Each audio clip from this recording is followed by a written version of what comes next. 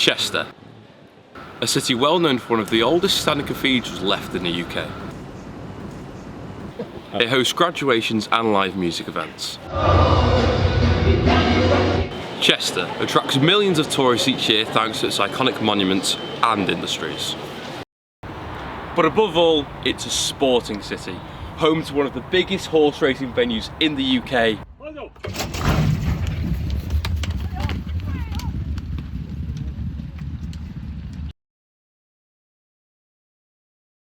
And football.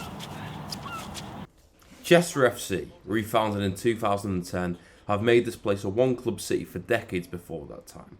Well known for having footballing greats like Ian Rush and their fierce rivalry with Wrexham before the Hollywood money.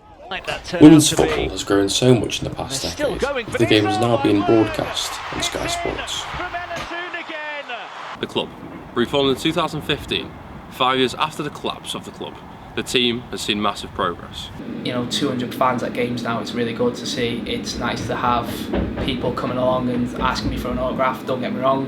It's a bit cheesy at times. I love it though, I love it. I think, you feel like a bit of pride and a bit of community. You feel like you're responsible for a big club. Can we get it out the inside areas, guys? Well done! The biggest one we could say is the Diva Stadium. The women can go and play at the Diva Stadium week in, week out and have 200 people shouting their name. There was a game not long ago, it was a Wednesday night game, and we had 17-year-old Kira Lee scoring a goal, and we had hundreds of our people screaming her name. It's mad. Chester, as a city, is very tight, with a very packed and condensed town centre, which describes the community as it feels like a family, just like the football club. After the club went bankrupt, the community came together to rebuild the football club, with a fan ownership system. Inspired by the likes of Wimbledon AFC, they were branded from Chester City to Chester Football Club. As a result of the community ownership, they had a say in future sporting decisions, and in this very case, the members of the board and the fan ownership all agreed in 2015 a women's team was definitely needed. Off you go. I say she's running the show now, pulling the strings. They've climbed the leagues and now currently sit 7th place with 6 games in hand in the North West Women's Regional League, which they sit in the south side of the division. There's a main league, and then there is 2 sub-leagues, and them 2 sub-leagues have 1 chance of promotion. The 2 league winners face each other in a playoff game, and the winner gains promotion. The women's team has a culture of developing and progressing talent within inside the club. That doesn't just go for the players, but for the staff as well. I was a balls, bibs, cones person for Ben Richards at the under-18, so it literally entails, if you're Ben, you go, Calvin, pick up that cone, go and pick up that ball, go and warm up the goalkeeper, and that's it. So I did that for 2 years. We had a really good successful years with Ben.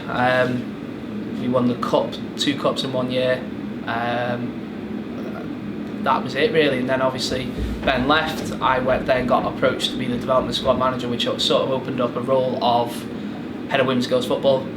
Over 90% of the players in the squad at the moment have come from and developed through the development squad, which is a massive part of the culture of the club, which is rare for modern clubs. There's not a lot of snatching talent from other teams. The clear philosophy is to grow this team within. This is shown to be effective as well with players like Chloe Davis, scoring 5 goals in 8 games. Calvin Williams has really developed this team. Since the departure of Martin Fitzsimmons, who was there for nearly 5 years, it seemed he had big shoes to fill.